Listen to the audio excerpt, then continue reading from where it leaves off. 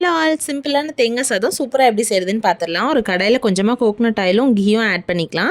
Heat ஆனதுக்கப்புறம் 1/2 spoon கடுகு, பொரிஞ்சதும் கடலைப்பருப்பு, உளுந்து பருப்பு ரெண்டும் ஹாஃப் ஸ்பூன் ஆட் பண்ணிவிட்டு கருவேப்பிலையும் ஆட் பண்ணிக்கலாம். ஒரு வரமிளகா கூடயே இஞ்சி துருவலையும் சேர்த்துக்கோங்க. இதில் 4லேருந்து 5 முந்திரி, கொஞ்சமாக நிலக்கடலை ஆட் பண்ணிட்டு நல்லா கிறிஸ்பாகிற வரைக்கும் ரோஸ்ட் பண்ணிக்கலாம். அப்போ தான் சாப்பிடும்போது நல்லா க்ரன்ச்சியாக சூப்பராக இருக்கும். இப்போது 10லேருந்து 15 சின்ன வெங்காயத்தை நல்லா குட்டி குட்டியாக கட் பண்ணி ஆட் பண்ணிக்கலாம். கூட ஒரு பச்சை மிளகாயும் ஆட் பண்ணிக்கலாம். வெங்காயம் நல்லா கோல்டன் ப்ரௌன் ஆனதுக்கப்புறமா நல்லா ஃப்ரெஷ்ஷாக கிரேட் பண்ண கோகோனட் ஒரு 1/2 கப்பை ஆட் பண்ணிவிட்டு சும்மா 2 திருப்புனா போதும். ஆட் பண்ண தேங்காய் துருவல் ரொம்ப ட்ரை ஆகாமல் பார்த்துக்கோங்க. அது ட்ரை ஆயிடுச்சுன்னா நம்மளுக்கு ரைஸுமே ட்ரை ஆயிரும். இப்போது நம்ம ஆற வச்சுருந்த ரைஸையுமே இதில் ஆட் பண்ணிவிட்டு கொஞ்சமாக மிக்ஸ் பண்ணி விட்டுக்கலாம். ரொம்ப மிக்ஸ் பண்ணால் சாப்பாடு உடஞ்சிரும். சும்மா மேலே இருக்கிறது கீழே இருக்கிறது மேலேன்னு திருப்பி போட்டால் போதும்.